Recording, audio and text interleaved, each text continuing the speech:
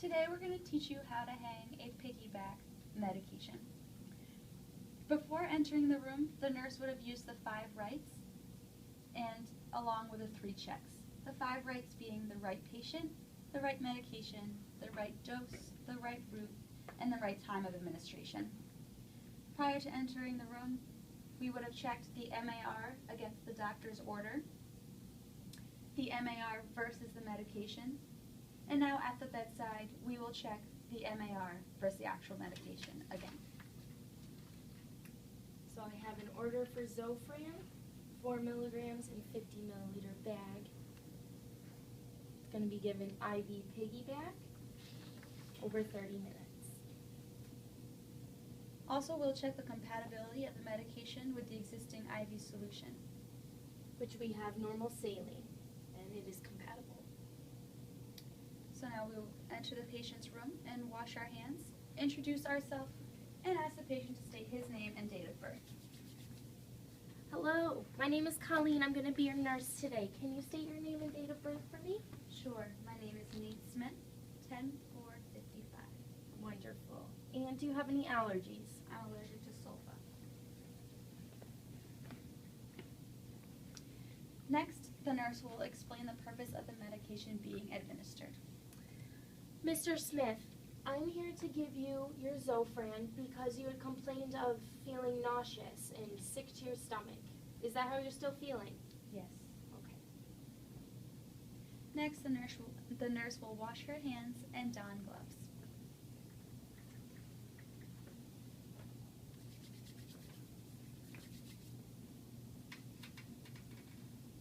After putting on the gloves, the nurse will first inspect the IV site for any signs of infiltration or infection, such as redness, pallor, swelling.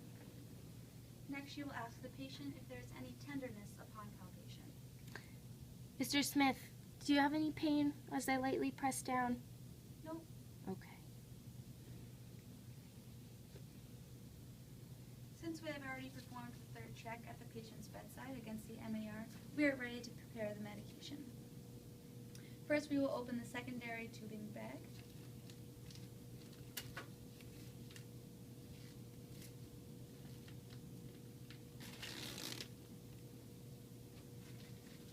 And clamp the secondary line closed so that we do not lose any medication.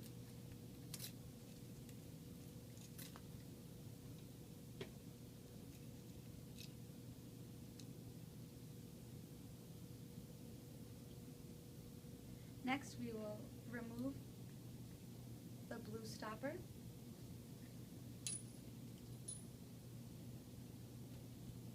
from the medication bag and remove the covering on the needle. And then connect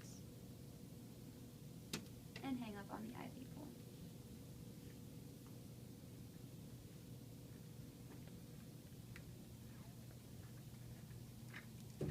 We'll then squeeze on a drip chamber to fill 1 to 1.5 to 2/3 of the medication.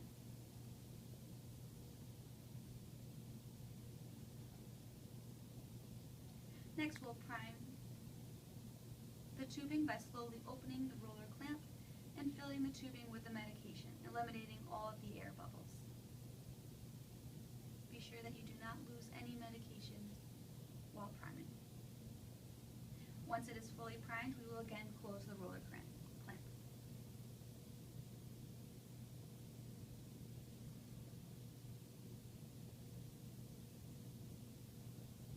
Once it is primed, we will lower the primary bag on the hook.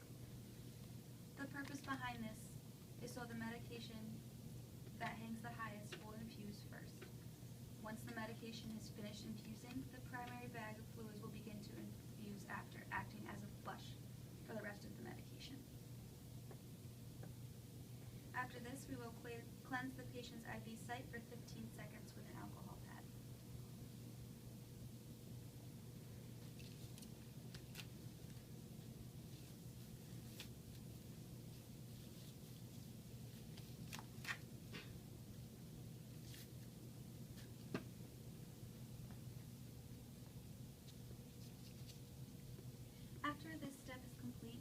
we will connect the secondary tubing to the open space on the Y port closest to the patient.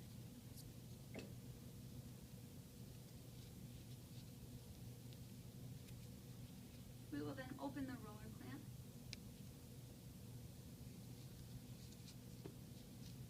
and watch for the first drip, either using the roller clamp or the pump to regulate the drip rate.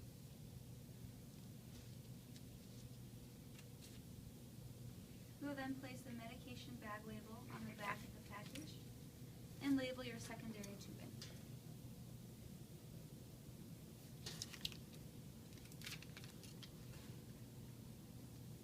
After this, we will monitor for the patient's reaction to the medication. Mr. Smith, how are you feeling? I'm feeling much better, thank you. Wonderful. After the medication has finished infusing, you want to check the flow rate of the primary infusion and readjust it back to the ordered rate if necessary. And document that the medication was administered in the computer.